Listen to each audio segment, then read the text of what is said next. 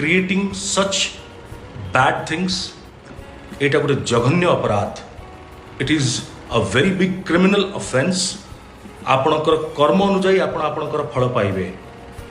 ଯଦି ସମୟ ଥାଉ ଥାଉ ଆପଣମାନେ ବୁଝି ଯାଆନ୍ତି, ତାକୁ ଡିଲିଟ୍ କରନ୍ତି, ରିମୁଭ୍ କରନ୍ତି ପ୍ରତ୍ୟେକଟି ୟୁଟ୍ୟୁବ୍ ଚ୍ୟାନେଲରୁ, ତାହେଲେ ହୁଏତ ଆପଣମାନେ ବଞ୍ଚି ଯାଇପାରିବେ। Otherwise I warn each and every one of you, କର୍ମର ଫଳ ବହୁତ ଖରାପ ହେବାକୁ ଯାଉଛି ଆପଣମାନଙ୍କ ପାଇଁ।